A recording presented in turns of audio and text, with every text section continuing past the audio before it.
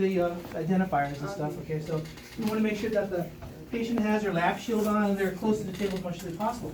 So for positioning, we have to make sure that the arm and shoulder is flat, but we want to make sure the forearm is flat on the table, okay? Because the side is here, and then raise your arm up.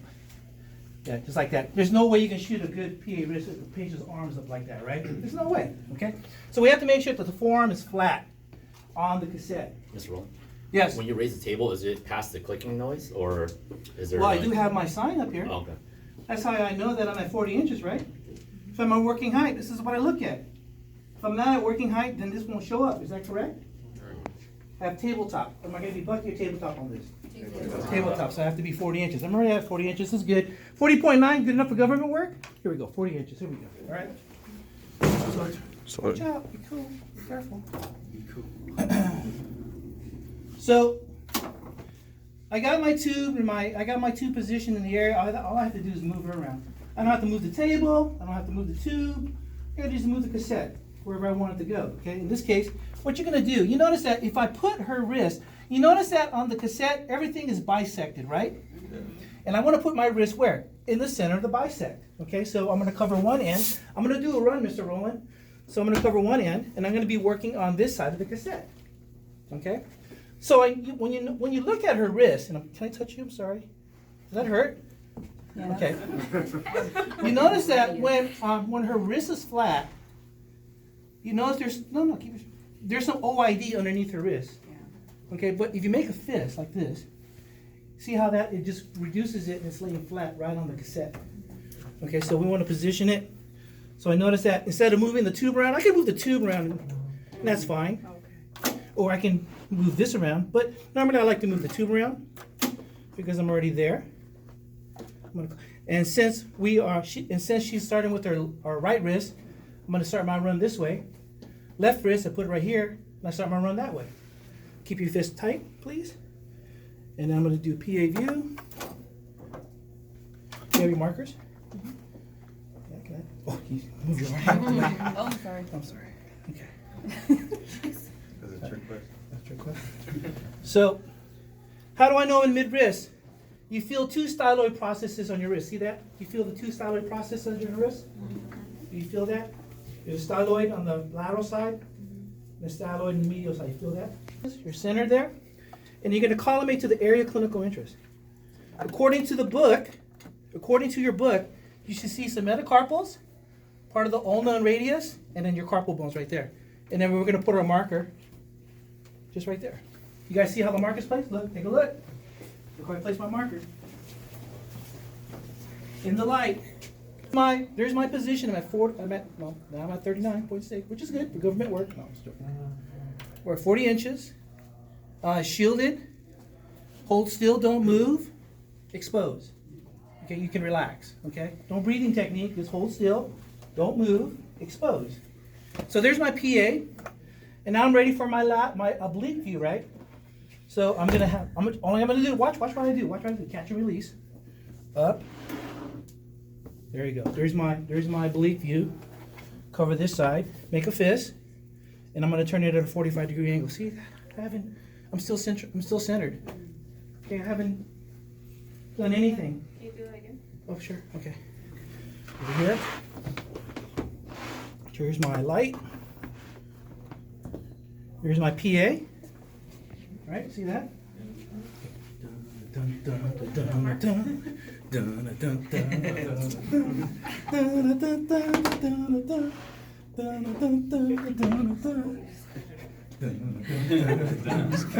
Okay, so it's really not that hard. Right? You're just switching the hand over, and you're keep the fist, please, and you're turning the wrist, at a 45-degree angle, and you're still mid-wrist. So actually, it's kind of touching the radial styloid. Because if you feel the bump right here, there's a radial styloid. It's right almost on top of it. But you're at a 45-degree angle. Do we have a 45-degree sponge? Finger sponge? Just put this right here. There's your 45 degrees right there. You're at a 45-degree angle. If you're not, those who are not visually inclined to look at angles, you can always use that sponge and put it at a 45-degree angle. All right. So there is our oblique view. Any questions on the oblique view? Pretty easy, right? Not that difficult. So I'm done with that run. I'm going to say, Mr. Rowland, change your cassettes. I'm going to lift the hand up.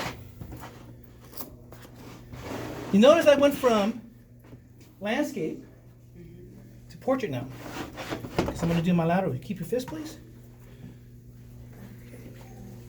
So I want to make sure that the wrist is at a 90-degree angle, right? The wrist is at a 90-degree angle. Okay, make a fist. Come on, boxer. Okay, I'm at mid-wrist. I'm feeling for the styloid process. Here's my styloid process. I'm right on top of it now.